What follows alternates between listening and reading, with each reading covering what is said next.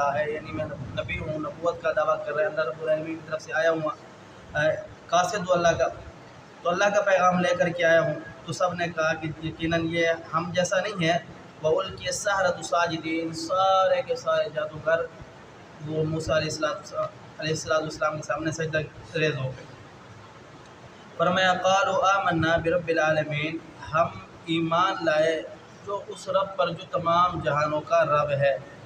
آگے رب تعالیٰ بیان فرماتے ہیں کہ انہوں نے کہا رب موسیٰ و ہارون، اور موسیٰ اور ہارون کا جو رب ہے اس پر ہم ایمان لے کر کے آئے۔ یہ پیغمبر جناب موسیٰ علیہ السلام فرعون کے پاس گئے، اس کو دعوت دین دی۔ جب دعوت دین دی نہایت ہی ادب کے ساتھ، لیکن اس نے اپنی انا اور ہٹ دلمی کو سامنے رکھا اور اس نے کہا کہ اگر میں نے اس کی دعوت مان لی تو پھر تو میں جو اپنے رب کو رب کا دعویٰ کرتا ہوں کہ تو میں انا ربکم الاعلیٰ، میری تو بادشاہت ختم۔ لہذا اس نے کہا کہ کوئی ہیلا بہانہ تلاش کیا جائے۔ اس نے کہا کہ تو اگر نبی ہے تو کوئی ایسی نشانی لے کر کے آ جو تیری نبوت پر دلالت کرے، تیری نبوت کو ثابت کرے۔ تو اللہ رب العالمین کے حکم سے جناب موسیٰ علیہ السلام نے لاٹھی پھینک کی، ایک بہت بڑا اژدہا بن گیا۔ اب اس کو ایمان لے آنے کی بجائے قوم کو بھی گمراہ کرنے لگا، یہ دیکھو یہ بہت بڑا جادوگر ہے۔ اگر یہ جادوگر نہ ہوتا تو پھر یہ اس سے اتنا بڑے کیسے اژدہا بن جاتا۔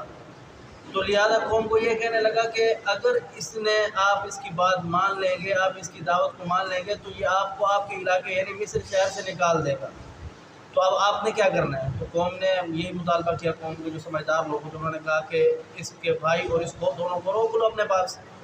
ان دونوں کو روکنے کے بعد اس معاشرے کے اندر، کیونکہ اس وقت جادو کا بڑا دور چل رہا تھا، جتنے بڑے بڑے جادوگر ہیں اس علم کو جاننے والے، کیونکہ آپ تو بادشاہ ہیں، آپ تو رب کا بھی دعویٰ کرتے ہیں کہ میں رب ہوں، تو آپ ان لوگوں کو جمع کیجئے، بٹھائیے، اگر جادوگر ہے تو سامنے پتہ چل جائے گا۔ اس نے کہا ٹھیک ہے میں بلا لیتا ہوں۔ جو بڑے بڑے اس وقت کے جادوگر تھے انہوں نے سب کو بلایا، سب کو بلانے کے بعد اپنے دربار میں کہا کہ ایسا مقابلہ ہے۔ سب نے کہا ٹھیک ہے۔ انہوں نے کہا کہ اگر ہم مقابلہ کریں گے، ہم جیت گئے تو ہمارے لیے کیا انعام ہے؟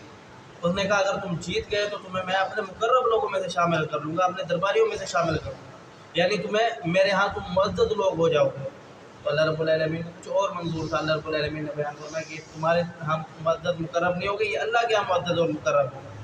جب یہ مقابلہ شروع ہوا انہوں نے کہا کہ ہم اپنا جادو دکھائیں یا تم اپنا معجزہ دکھاؤ گے۔ تو جناب موسیٰ علیہ السلام کو اللہ رب العالمین نے وحی کی کہ ان سے کہیے کہ تم پہلے اپنا جادو دکھاؤ۔